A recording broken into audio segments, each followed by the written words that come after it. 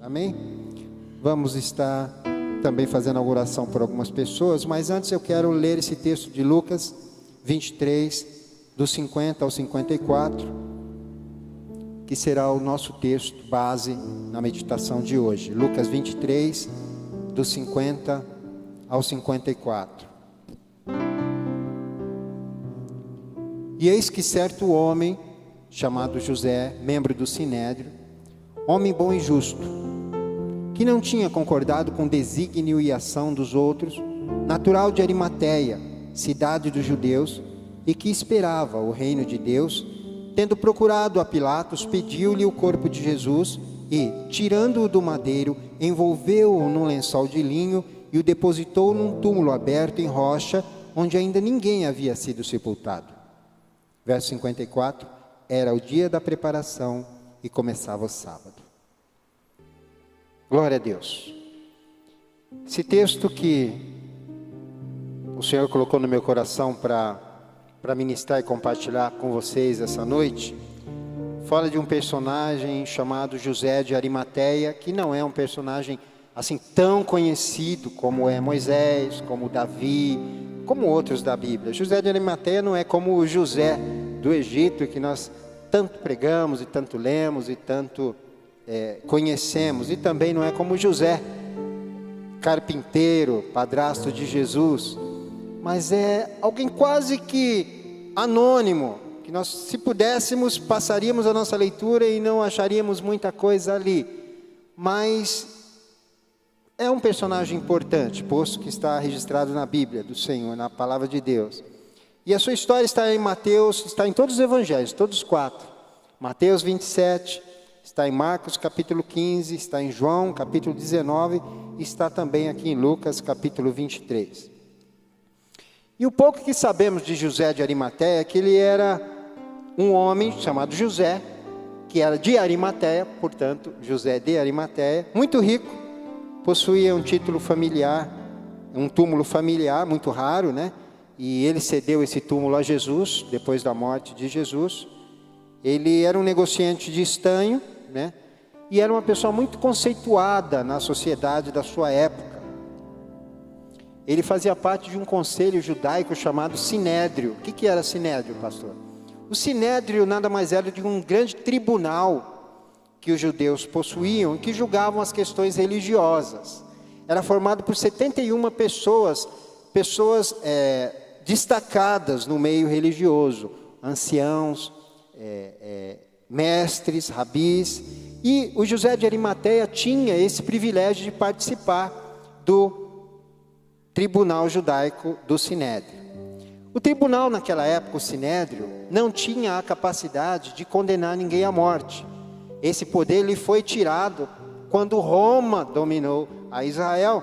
Então o governo romano, não, vocês não podem, vocês não têm atribuição e direito de condenar ninguém à morte. Porém, vocês podem indicar os seus acusados para que nós, as autoridades romanas, julguemos. E foi exatamente isso que o Sinédrio fez. Esse tribunal julgou Jesus, mas não de uma forma justa, manipulou a situação para que Jesus fosse condenado à cruz. Só que José de Arimateia, quando esse tribunal se reuniu para articular essa armadilha contra Jesus, José de Arimateia não estava presente. Porque a Bíblia diz que o conselho do Sinédrio foi completamente... todos concordaram com o julgamento de Jesus. E José de Arimateia foi um que se levantou contra. Então, se eles foram unânimes e José de Arimateia foi contra, isso nós entendemos que José de Arimateia não estava presente no dia em que eles se reuniram para acusar, para tramar contra Jesus. Bom, quem era José de Arimateia? Ele era um discípulo, diga discípulo. A Bíblia lá em João capítulo 19, verso 38, fala que ele era um discípulo secreto, um discípulo oculto. Um discípulo que, apesar de ser discípulo, não falava para ninguém que era discípulo, pois tinha medo das retaliações. Então ele ficava ali quietinho, vivia a sua vida, porém amava Jesus e concordava com os ensinos de Jesus. Homem rico, considerado justo, bom, poderoso, influente, que tinha o direito e o acesso de ir às autoridades a hora que ele quisesse, porque ele era influente na sociedade. Agora, veja bem, quando alguém era condenado à cruz, como Jesus foi, à morte de cruz, o correto, segundo as leis judaicas, é que essa pessoa, o corpo dessa pessoa não poderia ser sepultado, teria que ser colocado em praça pública e apodrecido lá de uma forma vergonhosa. A morte de cruz era algo tão vergonhoso que não dava direito a um sepultamento digno. Então era isso que estava reservado a Jesus, ficar jogado lá, descer da cruz, ficar jogado num terreno baldio, e as pessoas passassem, olhassem, meneassem a cabeça e falassem assim: olha, ó, amaldiçoado, mereceu morrer e vai apodrecer aí para os pássaros. Só que José de Arimateia, que até então era um discípulo oculto, ele não concordou com essa situação. E aí ele resolveu se revelar. Ele diretamente foi, de maneira ousada, até Pilatos e pediu o corpo de Jesus. É isso que diz o texto que nós lemos agora. Eu quero ter o corpo de Jesus para sepultá-lo. E aí ele estava falando de uma maneira indireta que ele não estava de acordo com aquilo que fizeram com Jesus. Eu não concordo e eu discordo com isso que vocês fizeram. E eu quero sepultar esse homem, porque esse homem não merecia passar isso que passou. E o Sinédrio estava errado, e o senhor está errado também. Eu não sei as consequências disso, mas eu quero o corpo dele. E eu quero sepultá-lo. E eu vou dar um túmulo que nunca foi usado, que é herança da minha família. Eu vou dar algo digno. Isso cumpriu-se o que diz lá em Isaías 53, versículo 9, que Jesus seria sepultado numa sepultura com o rico, né? Então, somente nessa introdução que eu te passei, você pode ver algumas coisas interessantes.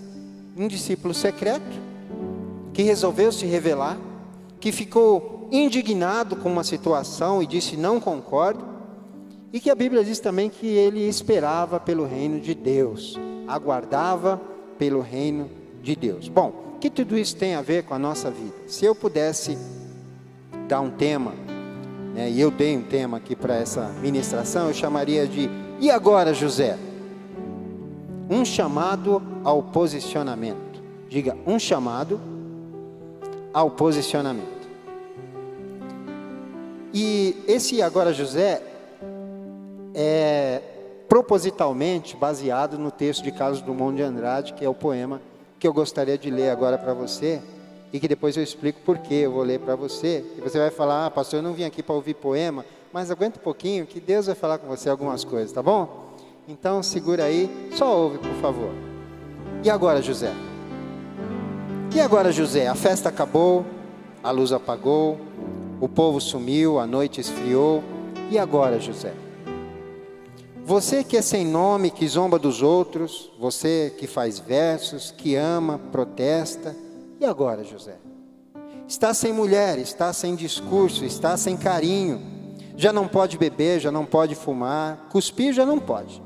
A noite esfriou, o dia não veio, o bonde não veio, o riso não veio a utopia, e tudo acabou, e tudo fugiu, e tudo mofou. E agora, José? E agora, José? Sua doce palavra, seu instante de febre, sua gula e jejum, sua biblioteca, sua lavra de ouro, seu terno de vidro, sua incoerência, seu ódio. E agora? Com a chave na mão, quer abrir a porta. Não existe porta. Quer morrer no mar, mas o mar secou. Quer ir para Minas, Minas não há mais. José, e agora? Se você gritasse, se você gemesse, se você tocasse a valsa vienense, se você dormisse, se você cansasse, se você morresse, mas você não morre. Você é duro, José.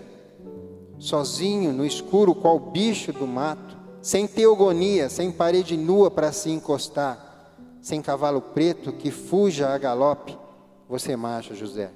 José, para onde? De uma maneira bem superficial, nós fazemos uma análise interpretativa desse poema do Agora, José, né? Nós vemos que Carlos Drummond fala de um homem que de repente fica sem rumo na vida, sem direção na vida. Ele perdeu tudo. Se você analisar aqui, ele vê que ele perdeu esposa, que ele perdeu o lugar, que ele perdeu o rumo, que ele perdeu a direção, que ele perdeu a espiritualidade sem teogonia, ele perdeu cidade, ele perdeu tudo. E a única palavra que lhe resta, e agora? O que você vai fazer? Qual é a posição que você vai tomar? E o que eu quero falar para você nessa noite? Que existem momentos na nossa vida que a vida vai falar para a gente, e agora? E mais especificamente que Deus vai falar para você, e agora? Você precisa se posicionar. Você que diz que é o meu discípulo, José, e acontece todas essas coisas na sua vida, o que você vai fazer agora? O que você vai fazer agora mediante o desemprego? O que você vai fazer agora mediante a crise no seu casamento? O que você vai fazer agora? Você está passando essa crise na tua vida espiritual. E agora? Que essa luta na família. E agora? O que você vai fazer? E agora, José? E agora, Maria? E agora, Raimundo? Deus nos chama para um posicionamento como discípulo. Porque é muito fácil a gente vir à igreja e falar, eu sou da igreja tal. Coloca um rótulo como se fosse qualquer objeto. Eu sou da igreja A, sou da igreja B, sou da igreja C. E quando enjoa da igreja, a gente arranca o rótulo e põe outro rótulo. E vai para outra igreja, esquece tudo que passou na outra. E geralmente fala mal da outra. E aí a gente chega e fala, olha pastor, da outra, eu fui muito maltratado na outra, então eu quero ser bem tratado aqui. E aí passa um período na outra e depois enjoa da outra também. E a gente vai pulando de lugar em lugar e nunca se posiciona. E Deus te chama hoje para um posicionamento como discípulo. Um posicionamento diante da cruz. Porque José de Arimateia olhou ali e quem estava posicionado era Cristo Jesus na cruz do Calvário. E depois que ele viu aquilo, ele resolveu se posicionar como pessoa e como discípulo. Porque até então ele estava numa situação de um discípulo acomodado e secreto. Mas ele falou, as coisas precisam mudar na minha vida agora. Preciso me posicionar. Ainda que me custe algo. E é o que o Espírito Santo está falando para você. Porque vir aqui dar o dízimo, participar, sentar numa cadeira confortável, escutar um sermão, balançar a cabeça e ir embora para casa, e não se posicionar, não vai adiantar. O Espírito lhe fala hoje, posicione-se, no nome de Jesus. Amém? José de Arimateia, a gente podia falar para ele assim, e agora José? Ele podia falar, não, agora eu vou ficar quietinho no meu canto, não tive nada a ver com a morte de Jesus, eu não estava lá nessa reunião do Sinédrio mesmo, não concordo com o que eles fizeram, sou um homem realizado, tenho a minha condição, a minha influência, não preciso disso, então vou ficar na minha. Mas ele resolveu se arriscar, e é que o Espírito Santo está te falando hoje. As coisas não podem ficar como estão. E diante da mesa do Senhor, eu quero te trazer essa mensagem. E eu espero sinceramente que caia no teu coração e germine. E que você veja que todas as crises que você está passando não justificam o fato de não se posicionar diante da cruz. E se posicionar diante da cruz, falam de 3 coisas. Diga 3 coisas. Primeiro, se posicionar diante dos homens. Ser uma pessoa e um discípulo posicionado diante dos homens. Essa é a primeira coisa. Você vê que José de Arimateia era um discípulo, era considerado discípulo. O que é discípulo? Um aluno. Discípulo é um aluno que recebe algo do seu mestre, recebe valores do seu mestre, e ele internaliza aquilo e que ele é preparado para passar à frente esses valores. Amém? Por isso que você é moldado pelo Espírito Santo, para que você passe e faça outras pessoas serem moldadas também através da tua influência como cristão. Foi Jesus que disse para você ir fazer discípulos. Se você não faz discípulos, se eu não faço discípulos, nós estamos fora do que Deus tem para a nossa vida. Ele não mandou simplesmente chamarmos as pessoas para vir às reuniões da igreja. Ele mandou irmos até as pessoas e influenciarmos a sua vida. Agora, se José de Arimateia era um discípulo, e a Bíblia diz que ele era um discípulo quietinho, oculto, e que não havia se revelado por medo, todo o investimento que Deus tinha feito na vida de José de Arimateia estava parado, estava inerte, estava inoperante. E aqui eu quero falar que o Espírito Santo tem feito investimento na tua vida. Aos domingos, quando você vem e ouve a palavra de Deus, e o pastor Wilson prega, e os demais pastores pregam, ou você ouve um sermão na internet, ou você ouve uma palavra, um estudo bíblico, ali você está recebendo um investimento de Deus. E o que Deus espera? Que você passe isso para as outras pessoas. Mas tem outra coisa que fala quanto a posicionarmos-nos diante dos homens. Olha para o teu irmão e pergunte assim: você já leu a Bíblia hoje?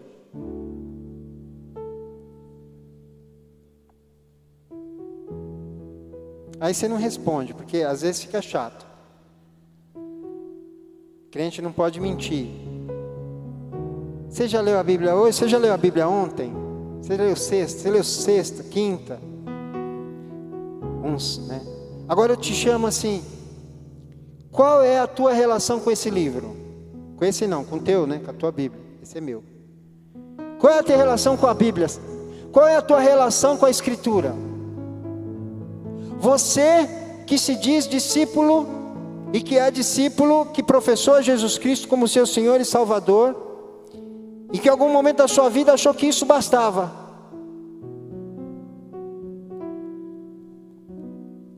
Qual é a tua relação com a Bíblia? Porque a Bíblia sagrada, ler a Bíblia, estudar a palavra de Deus é uma das nossas responsabilidades maiores como discípulos de Cristo.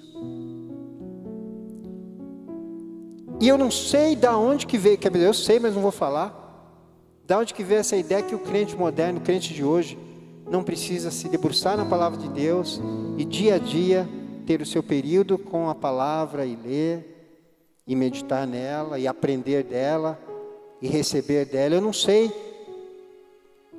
a nossa carne fez com que nós ficássemos, desculpa a palavra, folgados, né? Suficiente para achar que não precisamos disso.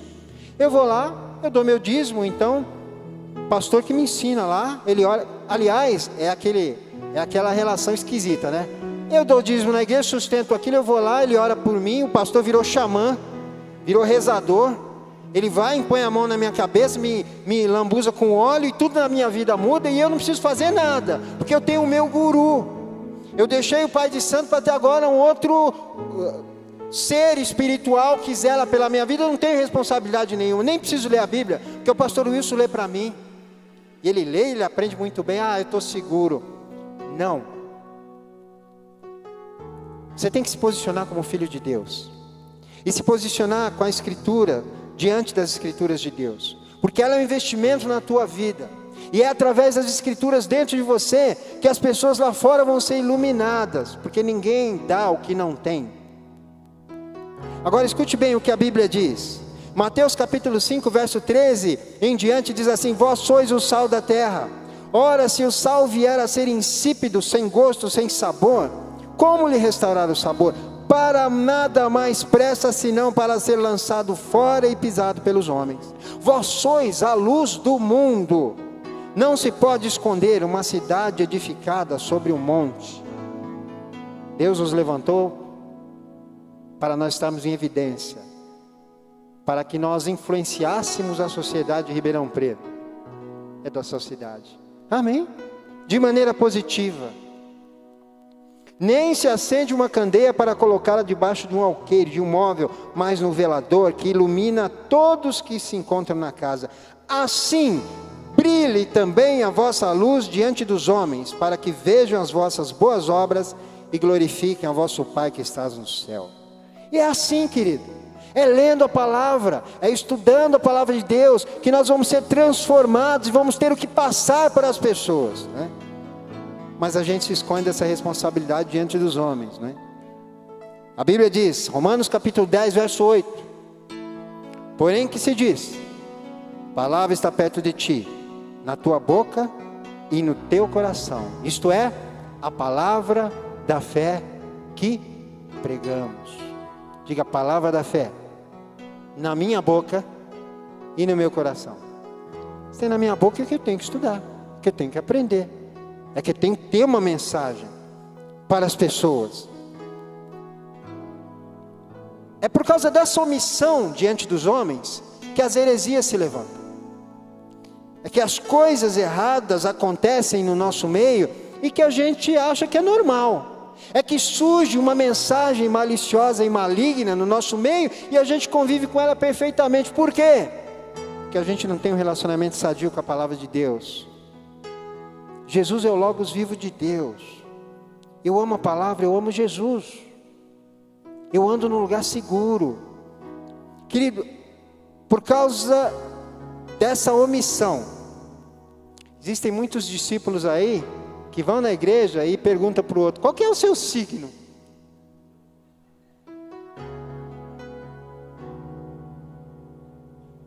É porque não lê a palavra de Deus que muitos estão confundindo Jesus com Krishna, com gurus de autoajuda, com Buda, com Kardec, com Trotsky, com Freud, com Marx, porque não conhecem o Jesus que se revela na Bíblia, e não se interessam em se dedicar, em se posicionar diante da palavra de Deus. Agora eu vou falar com jovens. Posso falar com esses jovens também? Que eu falei com os jovens da manhã, eu vou falar com os jovens. Por que com os jovens? Porque linda é a responsabilidade que Deus colocou na mão de todos, mas especialmente nesses que são fortes na igreja. Quem é jovem aqui? Levanta a mão. Glória, jovem, levanta mesmo, eu não vou brigar com você. Jovem mesmo, tem que ter de 80 para baixo. Por que eu falo isso? Porque às vezes um jovenzinho, você aprende quando você vem num culto, buscar Deus, traga a sua Bíblia. Traga a Bíblia, não é feio. E às vezes a gente vê que o pessoal não se interessa nem, se interessa, vai ter a luz, vai ter o som, vai ter a galera que vai se reunir lá, tudo é muito legal. Mas você precisa ter comunhão com a palavra. Você precisa ler a palavra de Deus, você precisa criar esse hábito. Porque isso é importante para a tua vida. Porque isso é vida para a tua vida. E às vezes a gente olha lá aquele dispositivo móvel lá, né? A gente fala, está lendo lá a Bíblia no dispositivo dele, né? Aí a gente chega mais perto, está no Face. Faz isso não. Desligue esse negócio de se Face no culto, em nome de Jesus.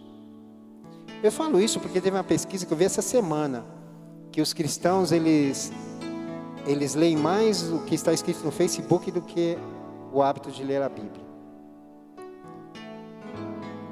Isso reflete e mostra que discípulos nós somos, quem nós amamos, quem nós nos dedicamos, a quem nós nos dedicamos. Por causa da falta de leitura da palavra de Deus, nós temos tantos supersticiosos dentro da igreja. Gente que bate na madeira, gente que o pastor Raimundo vai visitar, ele coloca rápido, está demorando, coloca a vassoura atrás da porta. Não dá certo comigo. Não adianta, não vai dar certo. Você pode colocar o rodo, a vassoura, essas coisas são feitiçaria. Isso não é para você. Porque não leem a Bíblia, tem gente que tem medo do azar, alguma coisa acontece, tem gato preto passa, entra em crise, preciso marcar um gabinete, pastor, porque o gato preto passou na minha frente, não passa embaixo de escada, ou coisas assim, né? Quebrou o espelho, ou então na virada do ano, né? Ai, virada do ano é cruel. Eu vou pôr uma roupa de determinada cor, vou comer lentilha. Você come lentilha, você é graça, você come o que você quiser. Mas não faça isso com superstição, porque você é livre das hostes do diabo. Você é livre das correntes de Satanás. Você precisa ter comunhão com a palavra de Deus.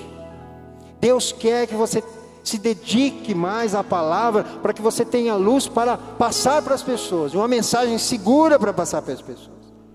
Porque não lê a Bíblia, tem muitos no nosso meio que são religiosos fanáticos. Não bate na madeira, mas fala está amarrado para tudo. Qualquer coisa está amarrado, está amarrado, está amarrado. Ou então, na hora que lê Efésios na armadura de Deus, acha que por fazer um tipo de gesto, eu vou me revestir. Tudo bem, você pode orar desse modo, mas ali é um modo de vida. Se revestir com o cinturão da verdade não é fazer um gesto. Sabe o que é? Falar a verdade. Calçar o evangelho da paz não é ficar fazendo um negócio assim. Não, é ter paz com todo mundo. O capacete da salvação não é só você pôr a mão na cabeça. Agora eu pus o capacete. Não, é você crer aqui na sua mente, na salvação. Eu sou salvo. Quem é salvo aqui? Salvo. Então por que não leem a Bíblia? Que tem muitos religiosos que quando entram julgam a tudo e a todos, e a roupa da irmã, e o jeito do irmão, e que o pastor lá, aquele pastor lá, ele prega assim, mas eu sei, para de julgar. A Bíblia ensina você a julgar. Se tiver que julgar, julga você mesmo. E por que não lê a Bíblia? Falta misericórdia. E por que não lê a Bíblia? Falta amor. Não lê o Sermão da Montanha, não lê os livros históricos, os poéticos, os proféticos, os evangelhos. E por que não se posiciona diante dos homens e não lê a Bíblia? É que tem muitos versículos que rodam por aí que nem são versículos. Versículos que não são. Quer ver uma coisa? Eu separei alguns. Não está escrito: a voz do povo é a voz de Deus. Se você acredita nesse trem, nesse negócio aqui, você precisa ler mais a Bíblia. Vox Populi, Vox Dei, não é versículo bíblico. Porque cada um tinha lá no povo uma opinião, e ainda tem uma opinião a respeito de Jesus. Então a voz do povo não é a voz de Deus. Agora tem outro versículo aqui que não é versículo. Eu venci o mundo e vós vencereis também. Você já falou isso, irmão? Então você falou errado. Porque a Bíblia não diz eu venci o mundo e vós vencereis também. Está escrito assim: tendo-vos dito isso, para que em mim tenhais paz. No mundo tereis aflições, mas tende bom ânimo, eu venci o mundo. Amém? Agora tem outro falso versículo aqui. O cair é do homem e o levantar é de Deus. Não, a Bíblia fala que quando o homem cai, ele tem que rever. O Apocalipse 2, versículo 5 diz assim: lembra-te de onde caíste, arrependa-te e pratica as primeiras obras. Então Deus está falando, cair é do homem, e o homem também tem a capacidade diante de Deus de se arrepender e se levantar. Seria muito cômodo, né? Deus me levanta agora, porque... Não. Quer ver um versículo aqui, querido? Palavra de Deus se renova dia após dia, amém? Ninguém falou amém, vocês estão de parabéns. Porque não é isso, a palavra de Deus não se renova dia após dia. As misericórdias do Senhor se renovam a cada dia. Quem não vem pelo amor? Você já ouviu isso? Isso não é bíblico, não. Isso é mentira. Quem não vem pelo amor, vem pela dor. Tem gente que simplesmente não vem. Nem pelo amor, mas é verdade. Tem gente que não vai se converter, vai morrer. Tem muita gente morrendo e não quer Jesus. Infelizmente a gente fala. Era muito bom quem não vem pelo amor, vem pela dor, resolveu o problema, todo mundo se salvou. Uns pelo amor e outros pela dor. Mas tem umas pessoas que não vão. E a Bíblia diz assim, ó: o homem que muitas vezes repreendido endurece a cerviz, ele será quebrantado de repente sem que haja cura. Então a Bíblia fala em Provérbios 29:1 que existem pessoas que infelizmente não se converterão. E por aí vai. Por que não lê a Bíblia? Por que não se posiciona diante da palavra de Deus? Não tem uma mensagem segura para passar para as pessoas. O Espírito está falando conosco, e Ele diz assim: e agora, José? E agora você? E agora, Raimundo? Você acha que não é importante ser disciplinado? Ah, mas eu não tenho tempo. Você tem. Você tem tempo para comer, você tem tempo para assistir o seu futebol, você tem tempo para o passeio, você tem tempo para o churrasco, você tem tempo para as coisas de Deus. Você tem. Diga para o seu irmão, você tem tempo para ler a palavra. A Bíblia diz em 1 Pedro capítulo 3, diz assim: santificai a Cristo. Quem quer santificar o nome do Senhor aqui? Santificai a Cristo como Senhor em vosso coração. Como? Falando? Não. Estando sempre preparados para responder a todo aquele que vos pedir a razão da esperança que há em vós. Fazendo, todavia, com mansidão e temor, com boa consciência. Então todos aqueles falam: por que você é cristão? Aí você vai lá e fala João 3,16, fala do amor de Deus, e lê um versículo com ele. Você não precisa decorar a Bíblia, não é isso que nós estamos falando. Mas você precisa ter comunhão com a palavra, porque ela revela Cristo. Desculpa usar essa palavra, nós precisamos ser menos preguiçosos. Não adianta, irmão, vim aqui levantar a mão: ah, Deus, eu te amo, e chora. E eu te amo, a música é bonita, né? Emocionante, mexeu com a emoção, vai, chega em casa, o livro Coitado do livro. O livro, ninguém abriu aquele livro. A gente que deixa a Bíblia aberta lá no Salmo 91, lá, o resto da vida. Não adianta, hein? Eu já tinha visto que não adianta. Não traz bons fluidos. Não traz energia. Não existe isso, deixar a Bíblia aberta num determinado lugar para te energizar. Você precisa ler o livro. Você precisa viver o livro. Tiago, capítulo 1, verso 25, diz assim: aquele que atenta bem para a lei perfeita e a da liberdade, não sendo ouvinte esquecido, mas fazedor da obra, esse tal será bem-aventurado no seu fim. Diga, não sendo ouvinte esquecido, mas fazedor da obra. Atenta bem para as palavras, não seja apenas ouvintes, mas praticantes da palavra. Você fala com uma pessoa, um muçulmano, menino ainda, e ele vai te explicar a razão e os pilares da sua fé. Você fala com um judeu, menino ainda, ele vai te explicar a Torá.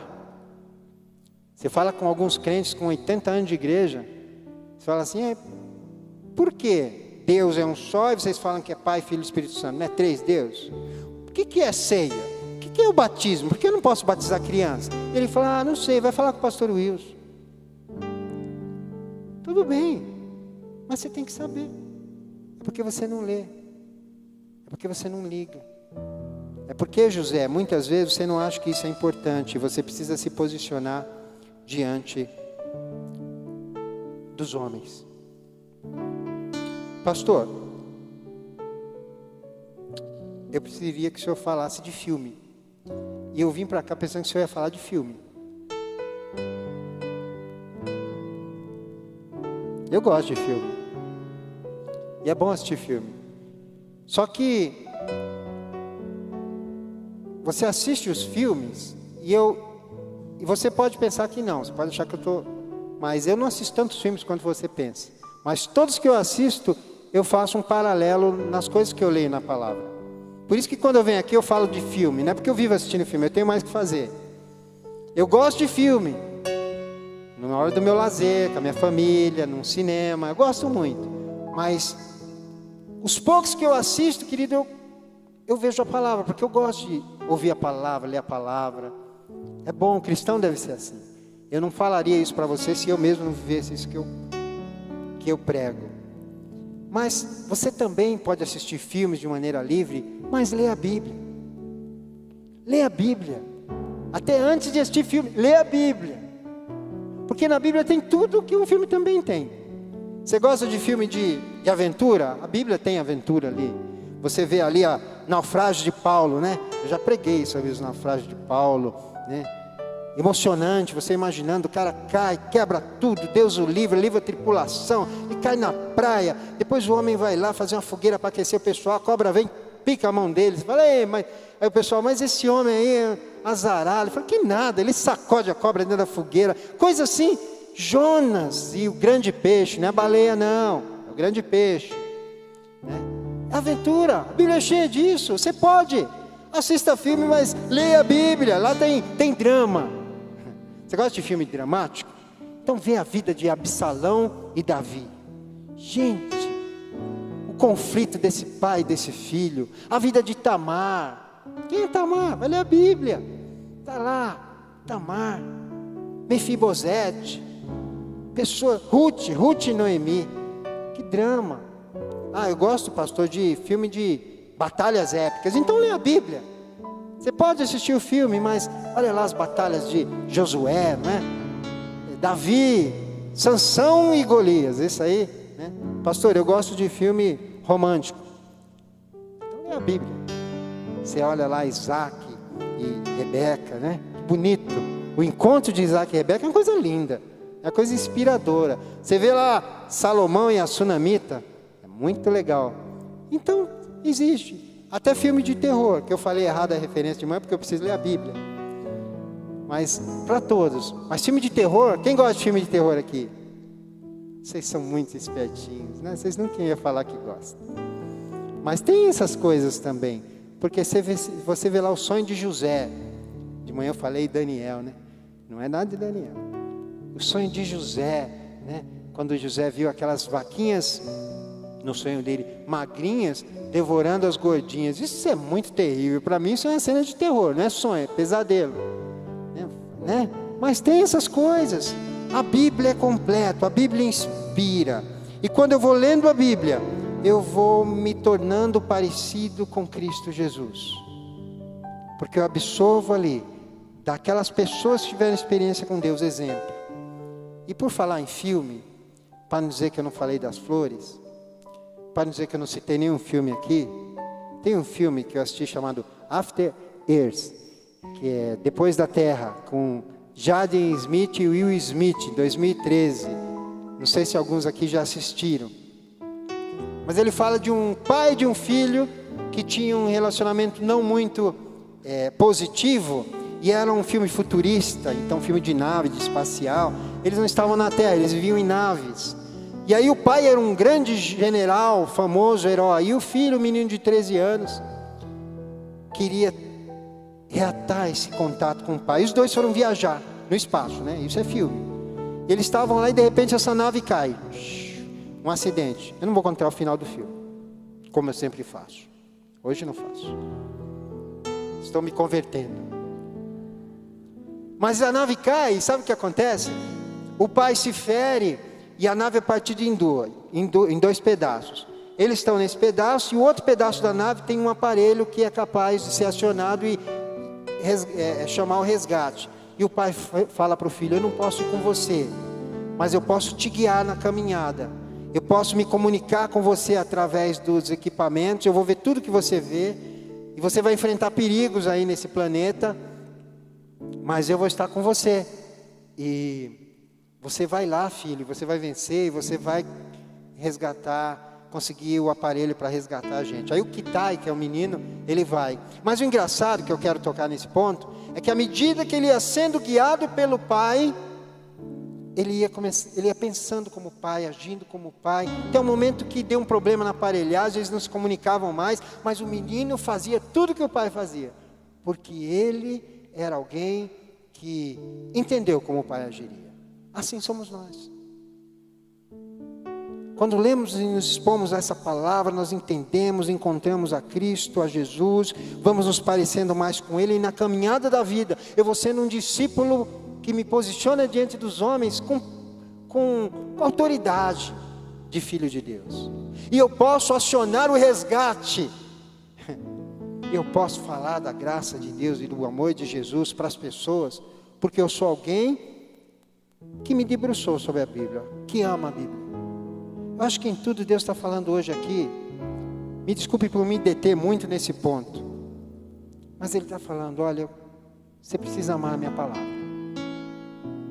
porque ela vai te livrar de heresia, de lobos, de engano. Tem gente que fica lá procurando: eu vou procurar as interpretações originais do texto grego, do hebraico. Você está procurando conhecimento, você tem que achar Cristo Jesus. Você tem que procurar Cristo na palavra. E quando você acha Jesus na palavra, Ele transforma o seu ser. E você vai ser luz para as pessoas. E o seu jeito de falar vai ser diferente, o seu jeito de agir vai ser diferente, o seu jeito de pensar vai ser diferente, porque você se debruçou na palavra. Por isso que eu falo para os jovens, leia a palavra. Orem também. Eu perguntei de manhã por que a rede de mulheres tem aquela reunião abençoada de manhã, a de homens tem às 4. Cadê a rede de oração dos jovens? Pastor, aí não tem uma liderança, um pessoal para organizar a gente. Você não precisa disso, você não se organiza. Você não precisa disso para ir no McDonald's depois do culto. Você se organiza com a galera e vai para o BK. Por que você não pode se organizar e fazer reunião de oração? Porque Deus quer que você se posicione. Amém? Pastor, não estou gostando de você falar isso comigo, mas você precisa ouvir exatamente isso. Eu preciso ouvir exatamente isso. Porque quando eu me posiciono diante da palavra, eu revelo Jesus. E Jesus é tudo na palavra. Jesus é a arca. Jesus é o cordão vermelho na janela. Ele é a nossa Páscoa. Ele é a túnica que cobriu a nudez. Ele é o nosso culto. Examinais as Escrituras, porque julgais ter nelas a vida eterna. E são elas que testificam de mim. Em nome de Jesus, José, a partir de hoje, que você saia desse culto com desejo de ler a Bíblia. E que não seja mais uma promessa de fim de ano, de virada de ano. Você vai ter um compromisso com Deus. Ah, eu não entendo. Entende sim, o Espírito Santo vai te ajudar. Você vai ler todo dia uma porção da Bíblia. Todo dia. E você vai começar a falar da Bíblia para as pessoas. De uma maneira leve, guiado pelo Espírito. Isso vai fazer toda a diferença. Eu preciso ser, preciso ser posicionado diante dos homens. Importa também se posicionar diante do pecado, diante das coisas erradas. O José de Arimateia, lembra o texto ali? Abra comigo lá, versos 50 e 51. E eis que certo homem chamado José, membro do Sinédrio, homem bom e justo, que não tinha concordado com o desígnio e ação dos outros, natural de Arimateia, cidade dos judeus, e que esperava o reino de Deus. Diga, não concordou. Ele, além de se revelar, agora eu não sou mais oculto, eu não sou mais um discípulo escondido. Chegou de frente para o Pilatos e falou, eu sou um cristão mesmo, discípulo de Cristo, me revelei, sou isso mesmo, e eu não concordo com o que fizeram com ele. Eu discordo do Sinédrio e discordo do Senhor. Isso é um posicionamento diante do pecado, diante do que é errado. Tem muita gente aqui, muito boa de coração, muito justa de coração, pessoas maravilhosas. Tem outros, queridos, que querem ser maus e injustos mesmo. Tem pessoas que querem, não adianta você pregar. Tem gente, querido, que quer ser mau marido mesmo. Mulher pode chamar ele quer, ele não quer saber de Deus mesmo. Mulher, você não sabe se salvará seu marido, você vai orar com ele, por ele até o fim. Tem gente que vai ser injusto com os pais mesmo. Tem filho que fala assim para o pai, eu não pedi para nascer. Isso é uma das maiores injustiças que uma pessoa pode fazer contra outra. É olhar para um pai, para uma mãe e falar assim, eu não pedi para nascer. Tem gente que é assim, injusta com o professor. Sabia que tem gente injusta com o professor? O professor dedica lá, ganha um salário maravilhoso.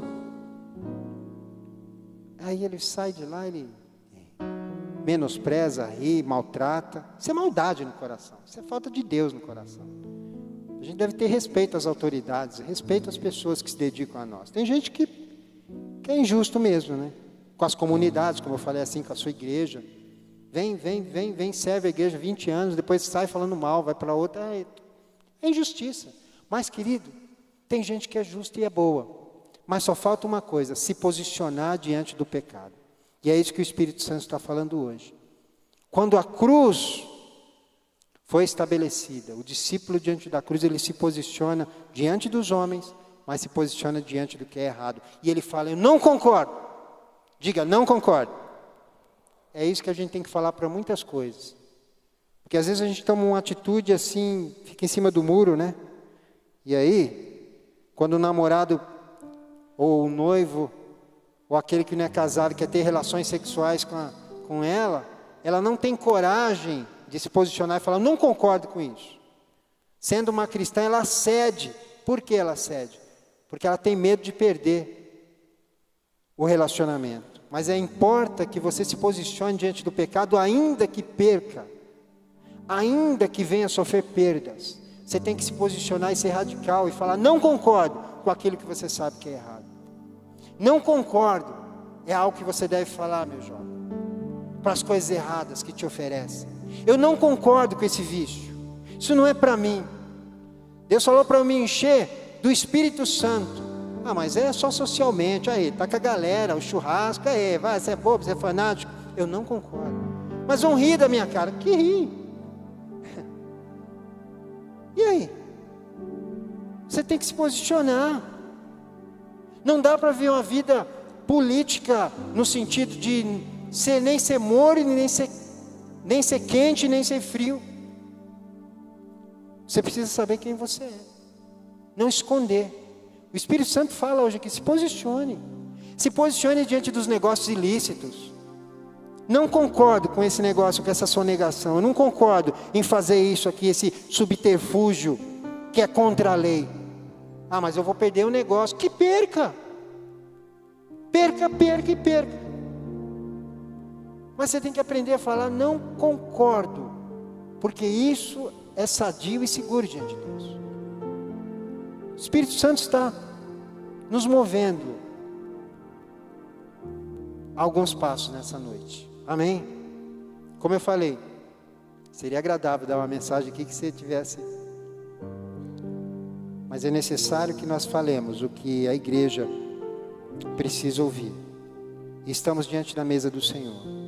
Terceira e última coisa, nos posicionarmos diante de Deus, nos posicionarmos diante dos homens, lendo a Bíblia, tendo a mensagem, sabendo com segurança que eu sou um cristão e eu tenho um compromisso com a palavra, me posicionar diante do pecado, falando não concordo com o que não se deve concordar mesmo, e acabou, ser radical contra o pecado.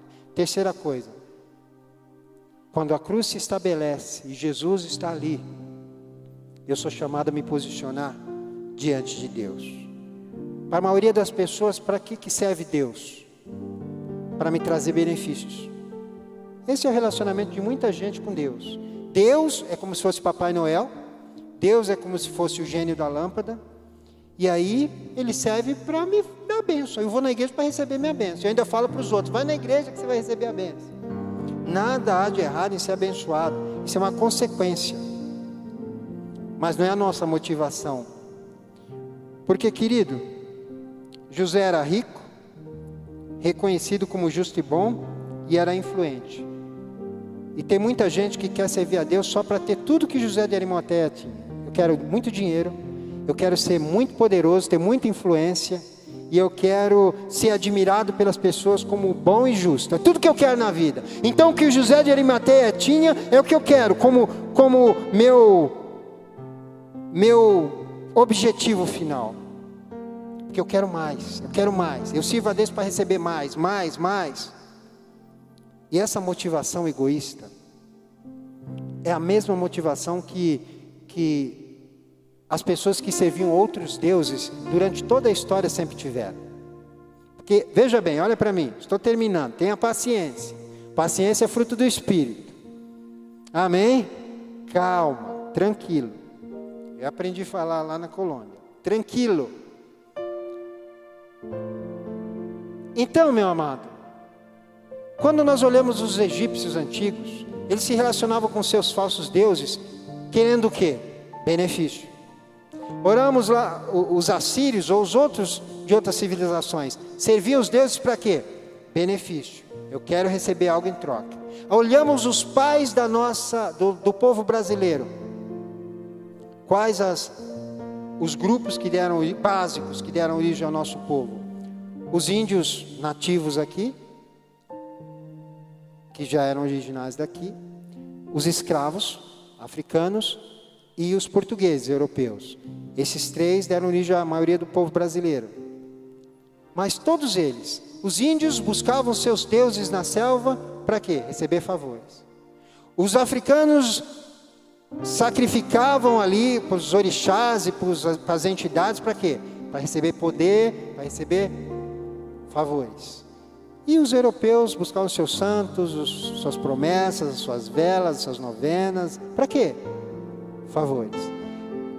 E nós, muitas vezes, herdamos essa mesma forma de adoração, que não é uma adoração, e levamos esse tipo de relacionamento para o nosso contato com o nosso Deus vivo.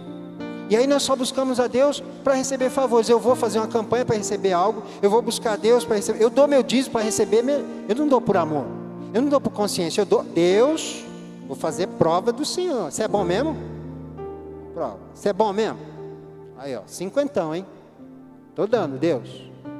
Ó, multiplica. É triste isso, mas é real. Motivados apenas em querer receber mais. Mas José de Arimateia tinha tudo, mas ele esperava o reino. Diga, esperava o reino. O nosso relacionamento com Deus não deve ser pautado em receber algo dele, mas em que ele seja estabelecido e seu reino estabelecido na terra. Eu espero que o reino do meu Pai seja estabelecido, e o meu Pai fique feliz, e meu Pai fique satisfeito. Eu vivo para isso, e eu vou te dar rapidamente alguns motivos para que você e eu desejemos o reino de Deus. Quem espera o reino de Deus não tem direito, deve ter consciência que não tem direito a mais nada. Diga, eu não tenho direito a mais nada, porque eu já entreguei tudo. É difícil, né? É difícil até para repetir isso, porque eu não quero, pastor. Já pensou se Deus ouve?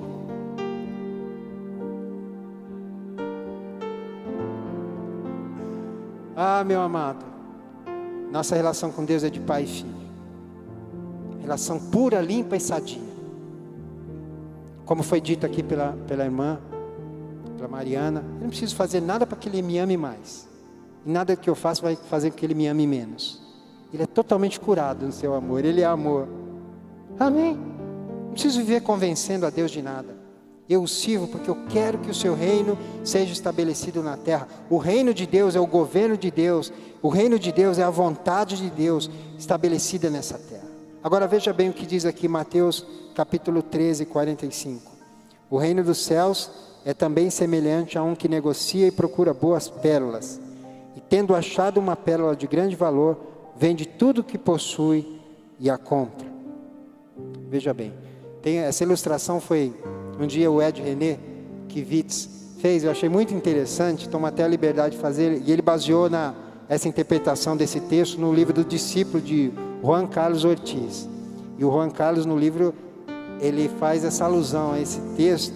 Então assim, é como se um homem chegasse lá em Mateus 13, ele fosse um homem muito interessado em joias, em pérolas, e ele um dia passou na frente de uma joalheria e ele viu aquela pérola maravilhosa. Ele falou, meu Deus, que coisa linda.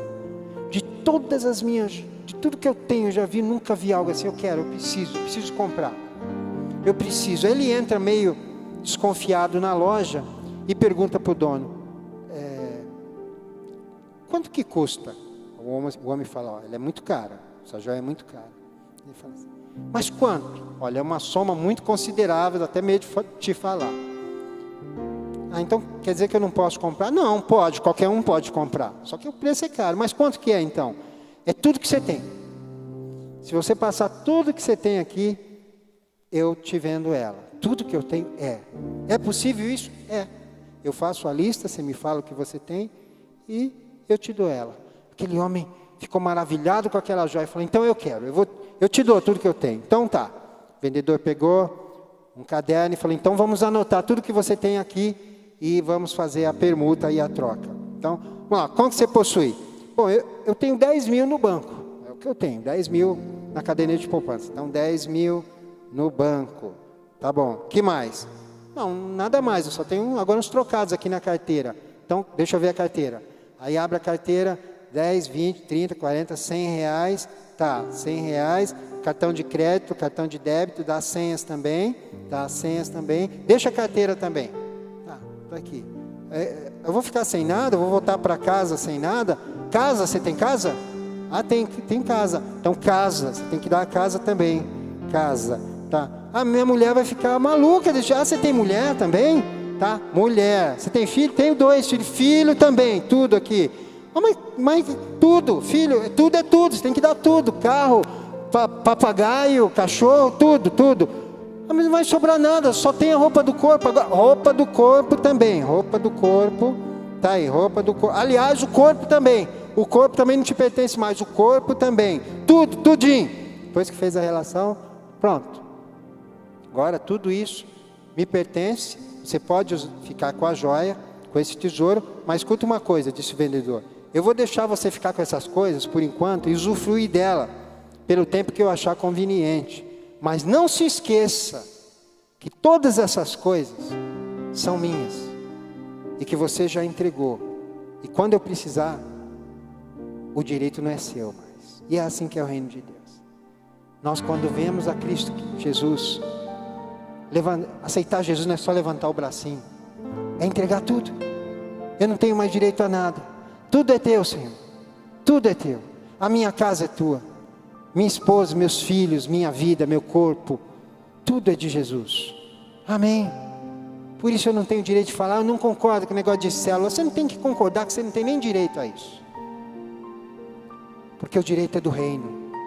Deus ama as vidas. As células são do Senhor. A tua casa é do Senhor. Ele tem o direito de fazer uma reunião lá. É dele. Amém. Nós precisamos entender isso, querido, que Deus nos chama a nos posicionar diante dEle. Não mais o Deus que me dá tudo, mas o Deus a quem eu já dei tudo. O Deus a quem eu já entreguei tudo. Esse é o relacionamento sadio. Quem se posiciona diante de Deus e espera o reino, também entende que não vai viver mais uma atitude passiva. Você sabe o que é uma atitude passiva? Olha, não preciso fazer nada para que a vontade de Deus seja estabelecida. José de Arimateia, Jesus tinha morrido, mas mesmo assim ele ainda queria fazer alguma coisa. Falou, nem que vou enterrar esse corpo e enrolar esse corpo com linho, eu vou fazer isso. Porque eu desejo fazer algo para Deus. Diga, eu desejo fazer algo para Deus. Que você tenha isso no teu coração diante dessa mesa hoje. Queremos só receber, mas na hora que alguém fala, eu falo em célula, porque nossa igreja tem essa proposta. E é melhor que você se acostume com isso. Célula, discipulado de 12, não adianta você fugir. Que se Deus te chamou, é a nossa proposta, nós temos um compromisso com Deus e com as vidas. Amém. E aí, a atitude passiva é aquela da pessoa que fala assim, eu não preciso fazer nada. Você precisa tomar uma providência. Sabe por quê? Porque eu quero que a vontade de Deus seja estabelecida na terra. Você quer? Você quer que a vontade de Deus seja estabelecida em Ribeirão Preto? Então nós temos que fazer algo a respeito. Nós temos que arregaçar a manga e fazer algo a respeito.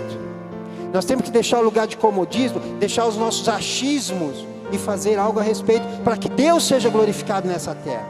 Não seja conhecida como cidade do chopp ou Califórnia brasileira, mas seja conhecida como terra do avivamento. Nossa casa ser conhecida como casa que abriga uma célula em que o nome de Deus é glorificado. E atacar o inferno. Porque aquela mania de você pensar que é o diabo atacando e o crente correndo, é a mania que a gente tem. De pensar que nós fugimos e o diabo ataca. O diabo está furioso. Eu não vou servir a Deus porque o diabo está furioso comigo. Para com isso. Quem tem que atacar o diabo sou eu.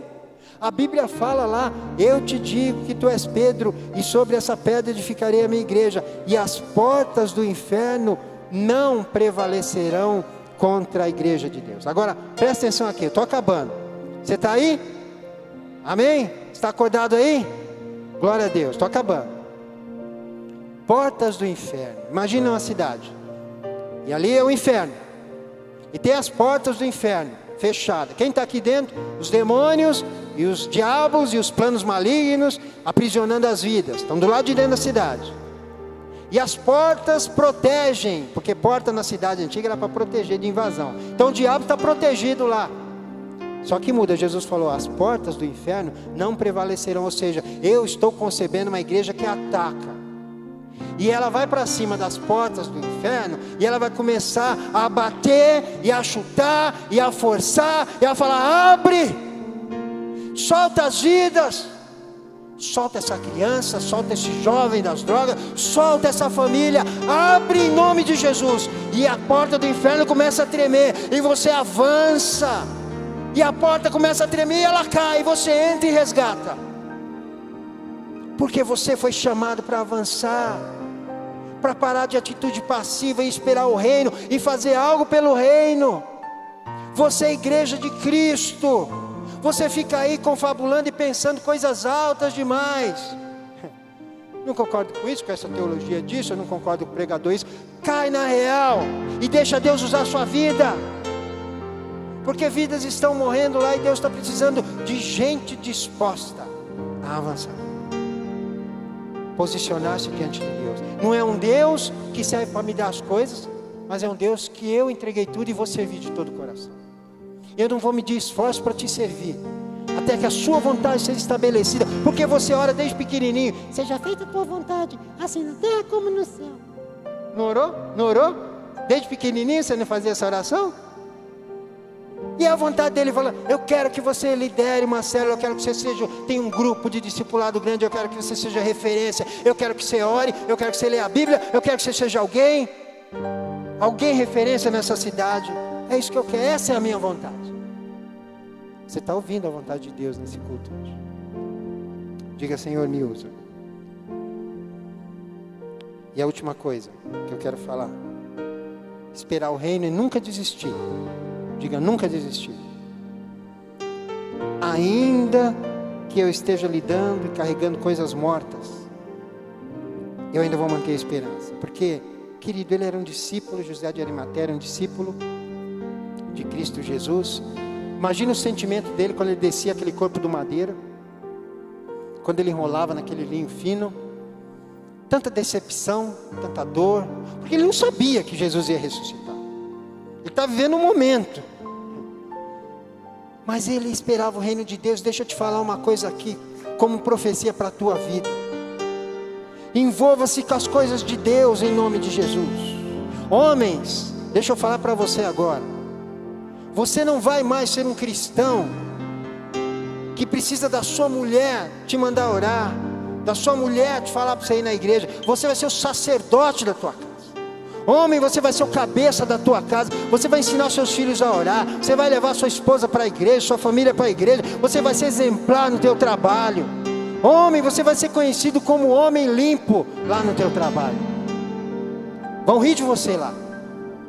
Vão falar, ó crente, vão rir de você lá, homem. Mas você vai ficar firme lá. E ainda que você carregue coisas mortas, ainda que a vida financeira esteja difícil, ainda que o casamento esteja difícil, você ainda que esteja carregando uma situação difícil, que aparentemente não tem jeito, o Espírito de vida vai soprar. Eu te digo uma coisa, José de Arimateia não sabia, mas nos bastidores do mundo espiritual, algo estava se movendo, e era o Espírito de Deus, pronto para ressuscitar Jesus. Enquanto ele carregava aquele corpo morto, ele não sabia que a ressurreição estava chegando. E eu quero te falar uma coisa para a tua vida: segue a Deus, espera o reino, seja fiel, busca a vontade de Deus, se esforça para estabelecer o reino em Ribeirão, e as coisas que estão mortas vão ressuscitar. Porque Deus é fiel para fazer infinitamente mais na sua e na minha vida, além do que eu peço, além do que eu imagino. Eu quero falar nessa noite para você que é tempo de posicionar. Chega de desculpa. Chega, acabou. Diga, acabou. Acabou a desculpa. Deus tem pressa. Vidas estão morrendo, teus colegas de trabalho estão morrendo, teus vizinhos estão morrendo, teus parentes estão morrendo. Não quero lançar culpa não, mas a gente tem um posicionamento a tomar, de ser luz nesse mundo, de se abster do pecado de uma vez. Chega de maledicência, chega de falar mal dos outros, chega, boca santa, coração puro. No momento de Bogotá, no momento que a pastora Cláudia, não compartilhei isso com ninguém, vou compartilhar com vocês agora. E ela nos levou a um momento de oração que nós, muito tão puro, em que nós estivemos buscando só Deus, só nós e Deus ali, toda aquela multidão. E que Deus iria no particular falar a cada um. Ele falou comigo de uma maneira muito clara. E ele falou comigo o seguinte: que a tua pregação seja você manter o teu coração puro. É isso que eu quero de você, Raimundo. Que você mantenha o teu coração puro. Guarda o teu coração. E é isso que você precisa, e é isso que eu preciso. Deixarmos que o Espírito Santo nos molde, nos posicionarmos, porque atrás de nós vem muita gente nessa Ribeirão para a sessão. Chega de brincadeira, chega de coisas que não são para nós. Posicionamento. E agora, José?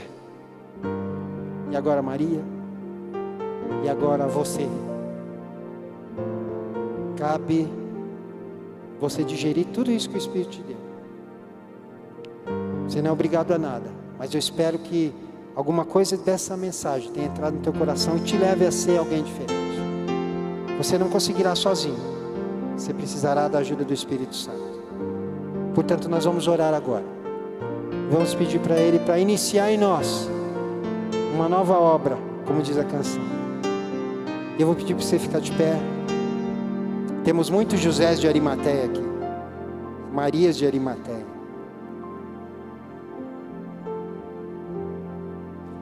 Que Deus comece essa obra no nosso coração. Posicionamento. Você não sabe quanto isso é importante, você não tem noção. Que Deus te mostre isso.